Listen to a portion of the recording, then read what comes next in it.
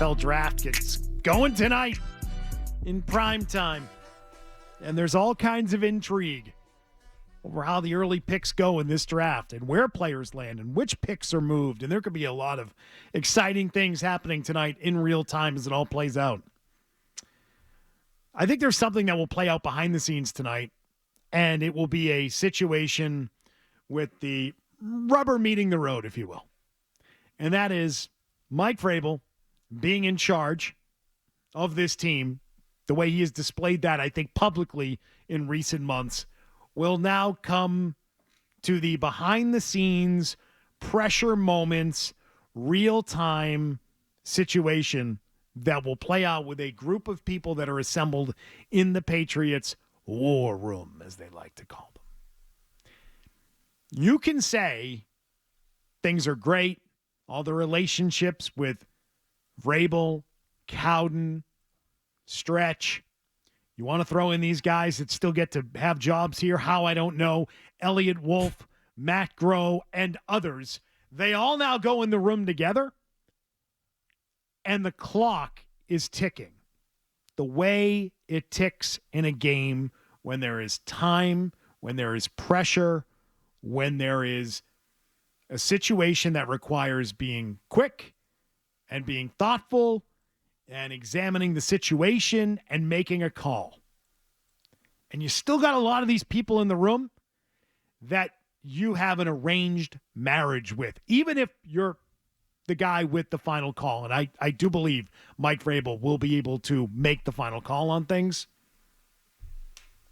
How does that look if there's any disagreement on a trade? There's disagreement on a return. There's disagreement on, well, this player just fell to us. What do we do? I mean, it may not start and be a problem tonight, but the deeper you get into this draft, when there will be more decisions that do need to be made. How's it all play out? How does it look? How do they all get along in that room over the next few days together in those tight quarters? I think they will. I think they will, just given the personalities and given what we know of both Mike Vrabel and Elliott Wolf. I do find how things will go as the draft goes on, though, to be really interesting. And I'm even thinking about things that are even more basic, Peter, like who handles the calls when trades come in or trade offers come in? And who's making those real-time decisions? I mean, that video that the Chargers posted of their trade with the Patriots to get Ladd McConkey. Oh, that needs its own segment, Phil. I know we're going to get to that. Oh, boy. But it does show you just the in real time, split-second decision that somebody like Joe Horitz makes to say, no, I'm not telling you what position we're going. He doesn't hang up and say, hey, Jim, do you want me to tell him what position we're going with, or yes or no? Or okay. No, it's just a guy who has experience in those sorts of moments, feeling confident in himself to be able to handle the situation by himself. Unless Vrabel's the one himself who's handling those, or maybe it's Ryan Cowden, who has more experience with Mike Vrabel and who's a general manager level person himself, who would certainly have relationships across the league to be able to handle trade calls like that. That to me is really interesting. And maybe if they do trade tonight, maybe we see it. Maybe they'll show us how the machinations go down in that regard. But that's the kind of thing that I'm interested in as well. You see who was sitting with Robert Kraft at the Celtics game last night? I did. The boss. Yeah. Oh, wait. I was referring to Vrabel. Yeah. But then there's the big boss, too. Yeah. You think Elliott Wolf knows that Vrabes and Kraft were at the Celtics game last night? Look, Elliott Wolf is a smart man. And I don't think there's any chance on God's green earth that he is going to stand on the table and stomp his feet and battle like Vrabel in the draft room. I just don't see it. I don't think it's Wolf's personality. We see him at press conferences. I don't know him personally, but he certainly does not seem like a dominating personality when he talks at those press conferences. We know Vrabel's personality. That dude has no problem telling you where to go and how to get there. I just don't think Wolf is going to stand up to Vrabel because of those personalities, because Kraft obviously is aligned with Vrabel more than he is aligned with anybody else. And I would also say this, let's not forget, Phil, Ryan Cowden's going to be in that room. And if Wolf is going to battle Mike Vrabel, Wolf knows that Vrabel's got his right-hand man in the room with him. So you're going to get voted down 2-1 no matter what. I don't think there's going to be this big battle. I don't see it. No, I agree with you. I don't see it either. I mean, the one thing that makes it interesting is that it is still Elliott Wolf's name atop the personnel chart, right? That every team has to submit. You have to have that role filled. It's still Elliott Wolf. And in title, he is still the guy ahead of Ryan Cowden. And he is still the guy who, on paper, makes the decisions on the 53-man roster. So if he had a different kind of personality, and if he understood if this draft doesn't go well, then that might be my ass, I might be out of a job, then I think you could see a butting of heads. And that would really make it interesting. Yeah. But I just, he's not wired that way. And so I just don't see it happening that way.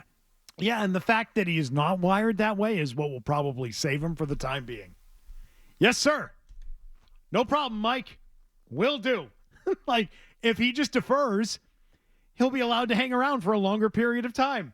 If he puts up a fight, he's going on that permanent Patriots vacation a lot sooner than he probably would like. Isn't that what most people would do, though? Honestly? Like, if you're in that position of Elliott Wolf, are you willing to go out on a limb and battle Mike Vrabel over a player? Or do you say, you know what? Smart thing to do here. I got a family. I live here. I'm getting paid pretty well.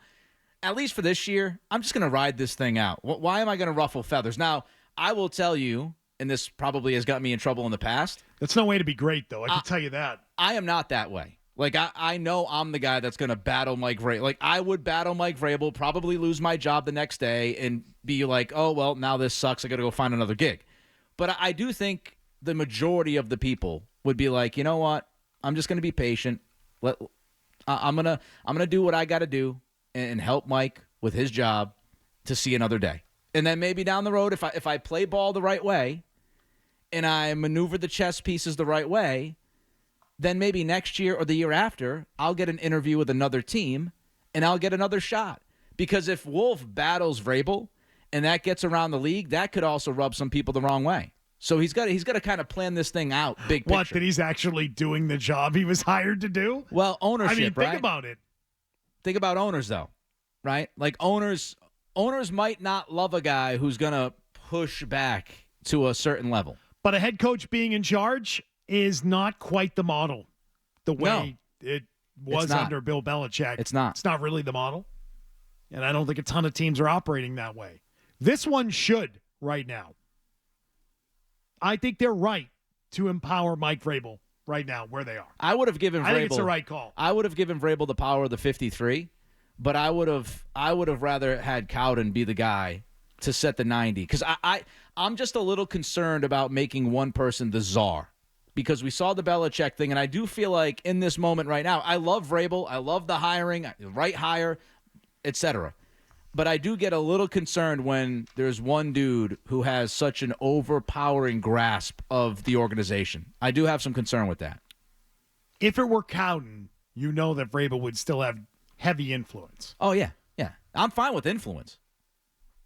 Influence is fine. I mean, I do think like it gets lost sometimes because we make fun of the word collaboration and collaborative efforts and all of that, and it's been such a buzzword. It's been such a third rail really here since the end of Belichick's tenure. Yeah. But that is the way it is. I mean, you know, when you see videos like the one of the Chargers, who's Joe Horitz sitting next to and bouncing ideas off as soon as he's off the phone? It's the head coach. And so I think to assume that it's one guy who's, you know, the big swinging you-know-what, and he just calls all the shots and he's not asking any questions, maybe he'll look at you later once, you know, all the real work is done. That's just not how it goes. And so somebody like Elliott Wolf, who does have a lot of respect league-wide and is a general manager person in the eyes of many in the NFL and would have done a lot of the work to set the table for this draft in terms of the, you know, initial slotting of certain players and who they're interested in and who they're not and this, that, and the other. Like, he's not going to be the one making the call, I don't think. Yeah. At the end of the day. But to act like he's just going to be a fly on the wall for the proceedings, I don't think is accurate either. Let me ask you this, Phil, because obviously you know the personalities way better than I do. How open do you think Vrabel is? If they're having a conversation and Elliott is willing, let's just go down that road and say Elliott is willing to battle him. And Elliott, it was interesting, you know, he told Felger during that interview that he sees Campbell as a tackle or a guard, and Vrabel's been, no, he's a tackle. How open would Vrabel be, do you think, of receiving that information from Wolf and actually considering the other side of it. Yeah, I think he would be, but I think there's going to be even more brains involved there too. Ryan Cowden would be involved. John Stryker would be involved. Stretch. Like, I think those guys are all really critical to the overall operation. And so, you've got to be able to make an argument, right? It can't just be Elliot Wolf saying, "Hey, Mike, this is what we're doing. You're being irresponsible." Right. Like, you've got to be able to make a case. And in a perfect world, you've discussed a lot of these things ahead of time. And so as you're having those conversations, it's, well, remember what we said about this. If we do this in the second round, we don't love the picture at this position in the third round and in the fifth round where we make our next picks. So don't you love this combination of players a little bit more than that combination that you're talking about? I think it's a little more civil and it's a little more collaborative than sometimes we give it credit for. Hey, if you like that clip, check out more videos from Zolak and Bertrand right here. For more Patriots analysis and opinion, hit this playlist.